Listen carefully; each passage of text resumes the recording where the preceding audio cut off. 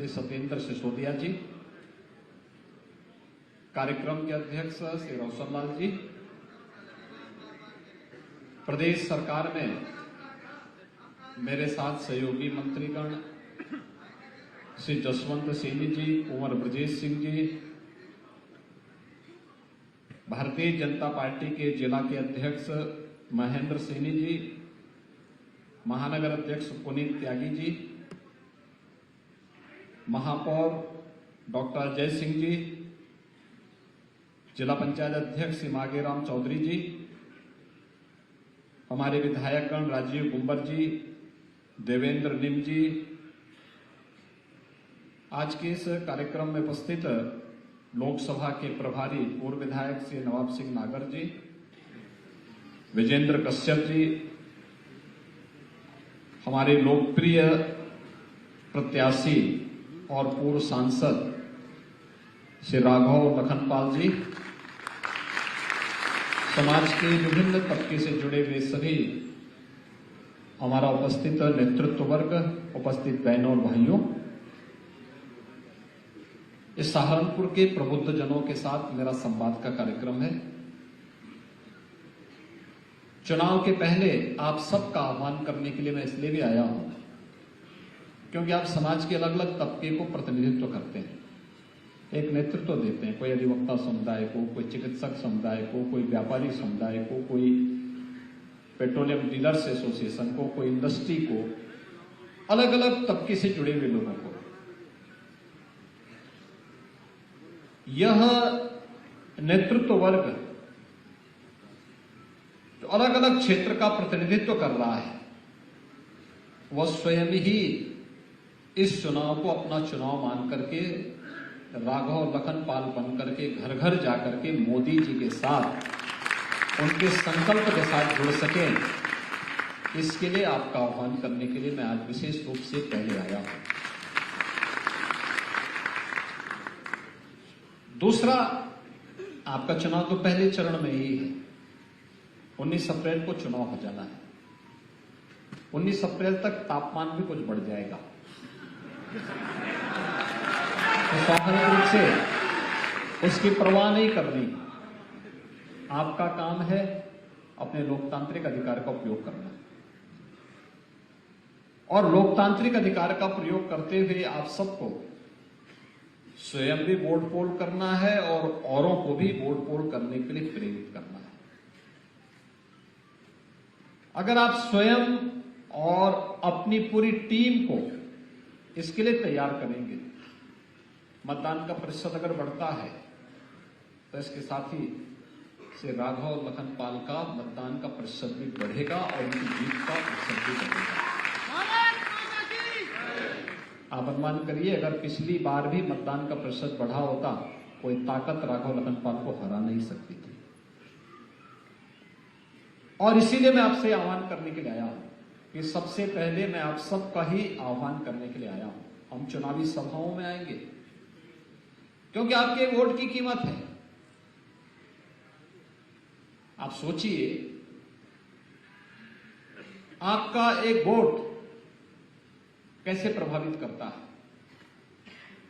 गलत दिशा में जाता है, गलत पार्टी को जाता है तो सहारनपुर में कर्फ्यू लगता है, और मोदी जी के साथ जाता है तो कावड़ यात्रा भी निकलती है।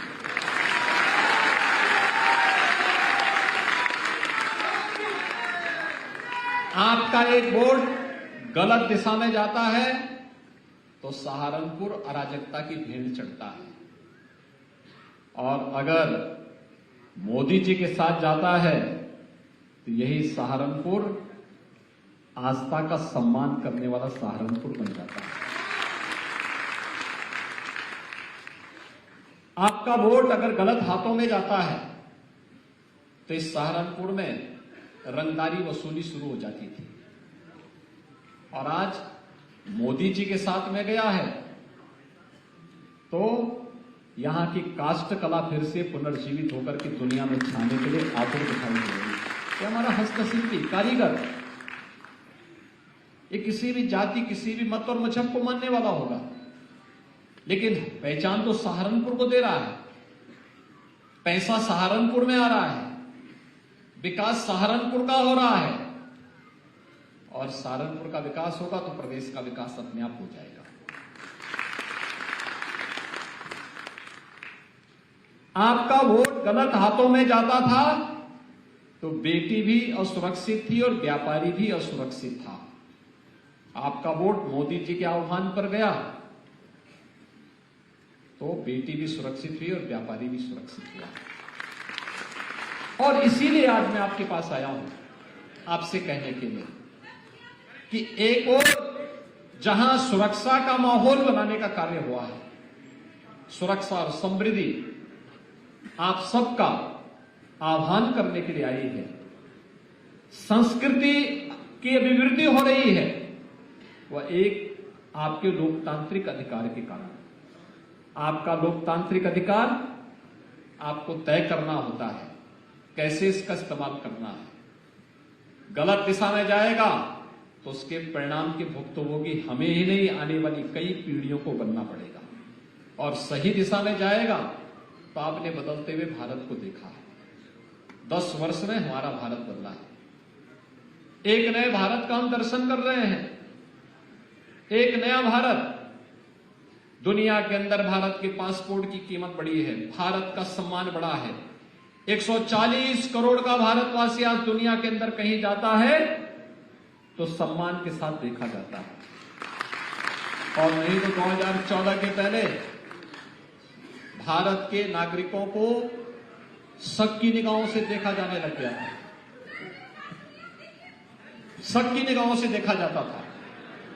ये शक की निगाहों से देख करके देश के माहौल को जिन लोगों ने खराब करने का प्रयास किया था उस समय, ये वही लोग हैं जो लोग जाति के नाम पर वोट तो लेते थे लेकिन अव्यवस्था पैदा करते थे देश के अंदर।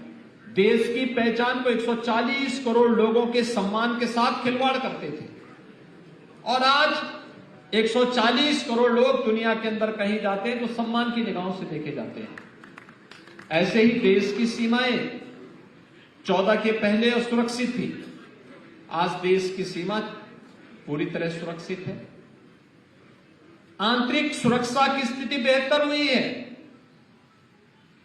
बचपन में हम लोग एक नारा लगाते थे, भारतीय जनता पार्टी भी और भारतीय जनसंघ भी उससे पहले एक नारा लगाता था, एक देश में 2 प्रधान 2 प्रधान 2 निशान नहीं चलेंगे, नोट नहीं चलेंगे। एक नारा लगता था पूरे देश के अंदर। कश्मीर के बारे में कि जहां हुए बलिदान मुखर्जी वह कश्मीर हमारा है। कारण था क्योंकि कश्मीर में धारा 370 थी और उसका दुष्परिणाम क्या था? उग्रवाद, पत्थरबाजी की घटना से हमारा जवान आहत होता था, घायल होता था। सरकारें आंखों में पट्टी बांध करके मौन रहती थी। और जवान तो हमारे किसी के घर से गया हुआ जवान है, लेकिन आज आपने बदलते हुए भारत को देखा है। कश्मीर में न केवल धारा 370 समाप्त हुई बल्कि उग्रवाद और आतंकवाद की समस्या का समाधान भी प्रधानमंत्री मोदी जी के नेतृत्व में हो गया।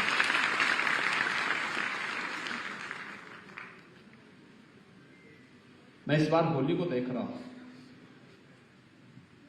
पिछले 15 दिनों से उत्तर प्रदेश के अंदर अलग अलग जगहों पर आप देखते होंगे, मथुरा, वृंदावन, बरसाना, गोकुल, बरसाना और नंदगांव, 15 दिनों तक होली चलती है।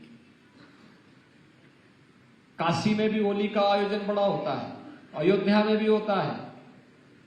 अलग अलग जनपदों में अलग अलग तरीके से लोग होली मनाते हैं। गत वर्ष तक हम लोग गाना सुनते थे अयोध्या में, होली खेले रघुबीरा अवध में, होली खेले। अब आप सोचिए, मैं सोचता था कि गाना तो हम गा रहे हैं, क्या सचमुच अयोध्या धाम में रामलला है क्या? 500 वर्षों के बाद पहली बार रामलला ने अयोध्या में होली खेली।